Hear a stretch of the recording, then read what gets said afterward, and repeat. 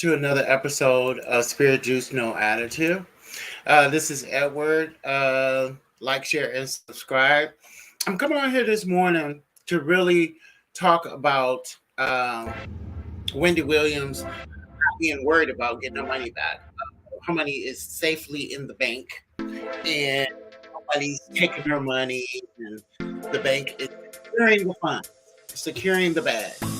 In the state of Minnesota, New York, anybody that's close to a person can initiate a guardianship because they feel like the person is vulnerable, mentally, usually, and subjected to be taken advantage of, which is the case with Wendy and Kevin.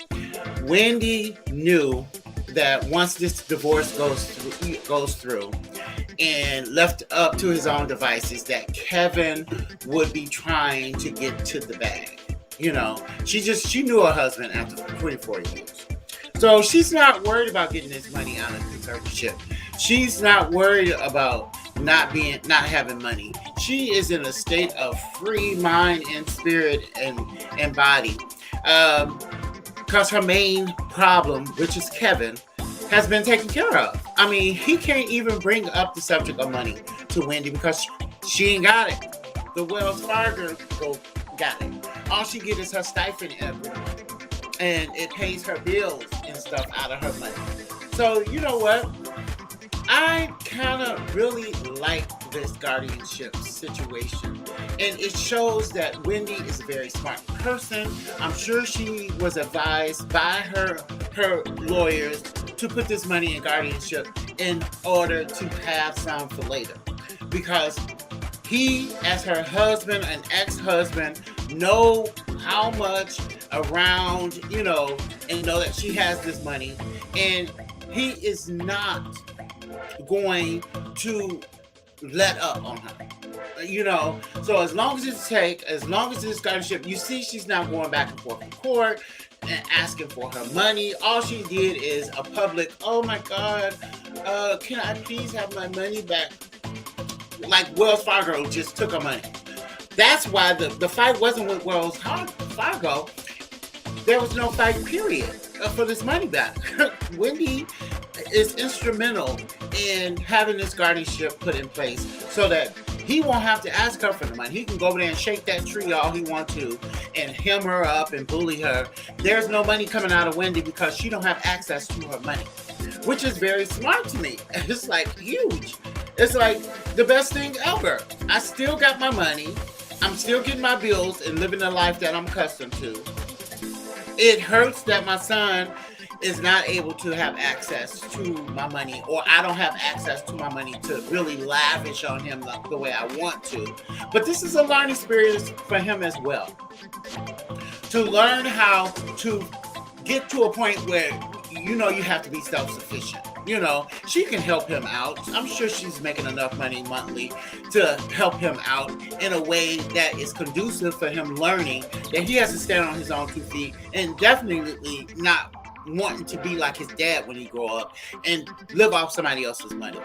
This is an opportunity for him to focus on his learning and his schoolwork and picking us a career that's gonna yield him the type of lifestyle that he wants to live. So this is very interesting to me, and I keep talking about it because it is a very crafty move on Wendy's part. Because usually the case is, nobody want their money in guardianship. They want to have access and spend. But this is a time where her money can sit in the bank and earn interest. She don't have to worry about people begging her for money and asking her, could she do this and could she do that? And somebody getting mad at her, showing up at her doorstep and bullying her out of her money. It is just a refreshing move and a very smart move on Wendy's part. Kevin is very upset at this stage because he can't get to the bag. And he cannot ask for this money out of guardianship on his own. That has to come through Wendy. And Wendy has to show because of her mental health, because of her addiction, she can't. She has to show some longevity in recovery. She got to show that she can handle her own affairs. Once money is put into a guardianship, there's several steps that has to be followed in order to release that money from the court. The court has to be convinced that Wendy is not a vulnerability, that she is not open for someone to take advantage of her, that her mental health state has improved drastically to a point where she don't need the assistance of the court to maintain her property and her money.